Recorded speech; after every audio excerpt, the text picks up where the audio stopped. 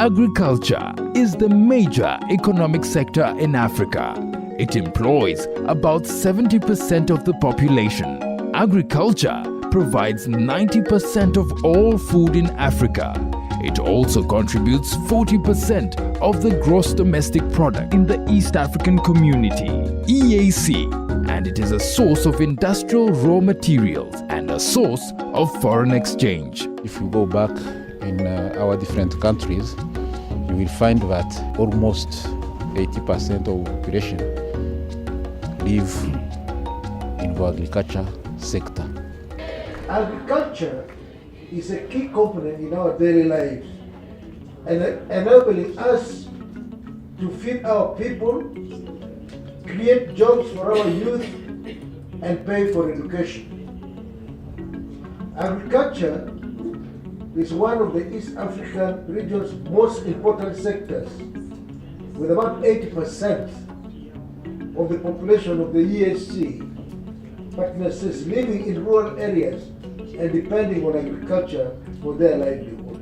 I am a firm believer that political will is key to hold one another accountable in order to make hunger, malnutrition, poverty a thing of the past in our region. However, investment in agriculture has not been substantial to a level of 10% as agreed in the Maputo Declaration in 2003, almost 14 years ago. From the agreement, investment of 10% would have guarantees of agricultural sector growth at 6%, eliminate hunger, halve poverty, and improve people's well-being.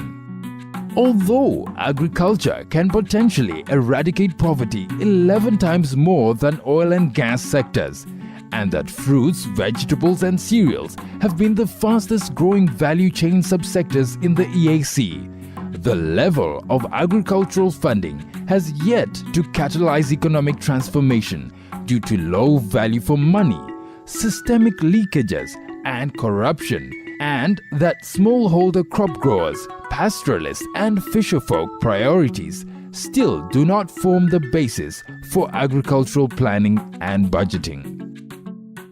The Zanzibar Resolution on Agriculture in October 2016, the East Africa Legislative Assembly noted that smallholder farmers' priorities still in practice do not form the basis for agricultural planning and budgeting, and called for the domestication of regional frameworks to transform the agricultural sector while recognizing the rights and roles of majority smallholder crop growers, fisherfolk and livestock keepers, as well as medium and large-scale farmers. Ni wakati sasa kilimo kinachotegemea mvua hakina tija sana. Tuwe na kilimo cha mvua, na kule sehemu ambazo hawana kilimo cha mvua, kilimo cha umwagiliaji. Mathalan, nchi za Warabuni ambayo ni majangwa wanalima kuliko sisi wenye mvua. Kwa nini? Kwa sababu wameamua kuwekeza kwenye kilimo, pamoja na kwamba hawana mvua ya kutosha, lakini wameamua kutafuta kilimo cha umwagiliaji, na baada ya kupata yale mazao wameamua sasa kujenga viwanda vya kubadilisha yale mazao ili yaweze kutusaidia katika vitu vya kuuziana sisi wenyewe kwenyewe, lakini kikubwa zaidi wametengeneza ajira ya watu wao. Hata zile nchi ambazo zina mafuta mengi nao wamekwenda kwenye kilimo, kwa sababu mafuta hayaajiri watu wengi kama kilimo. The report reveals that East Africa as a region had the highest average annual agricultural expenditure share in total public expenditure at 5.8%, followed by West Africa at 5.0%, Central Africa at 3.8%, and Southern Africa at 2.5%. In the year 2015-2016, government agricultural expenditure was as follows: Burundi 11.8%, Kenya 5.8%, Rwanda 6%, Tanzania 6.2%, and Uganda 2.08%. In the year 2016-2017, Government agricultural expenditure is expected as follows: Burundi 14.22%, Kenya 2.4%, excluding funds to counties, Rwanda 18.9%, Tanzania 4.9%, and Uganda 4.5%. From this backdrop, on October the 20th in 2016, the East African Legislative Assembly, EALA, passed its strongest resolution urging the East African member states to speedily domesticate the Malabo Declaration of 2014 to 2025 to ensure the implementation of the 8 commitments signed by African heads of state in Equatorial Guinea in June 2014. The issue of really removing away the small-scale farmers, changing their livelihood at least to upgrade to some commercial sort of farming. We have already tabled it out, and I'm sure we are soon going to get results. The AU Malabo Declaration on Accelerated Agricultural Growth and Transformation for Shared Prosperity and Improved Livelihoods had outlined 8 goals to be achieved by 2025 by all African countries as follows: recommitment to the principles and values of the CAADP process, recommitment to enhanced investment finance in agriculture by upholding a 10% public spending target and operationalization of Africa Investment Bank. Commitment to ending hunger by 2025 by at least double productivity, focusing on inputs, irrigation and mechanization. Reduce PHL by at least half and reduce stunting to 10%.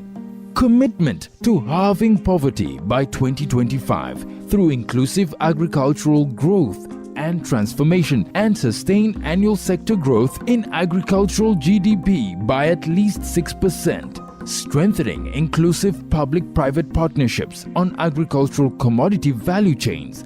Create job opportunities for at least 30% of the youth in agricultural value chains. Commitment to boosting intra-African trade in agricultural commodities and services by tripling intra-Africa trade in agricultural commodities and fast-track continental free trade area.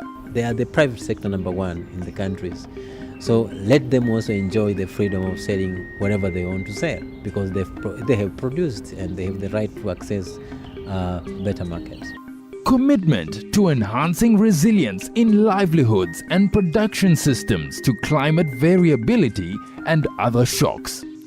Commitment to mutual accountability to actions and results. What needs to happen is that all of those frameworks need to be harmonized and aligned to ensure that we are able to track the indicators that relate to poverty reduction, food security, and ensuring that there is a level of economic growth in the agriculture sector, and for those that are working in the agriculture sector, that is mostly the smallholder farmers.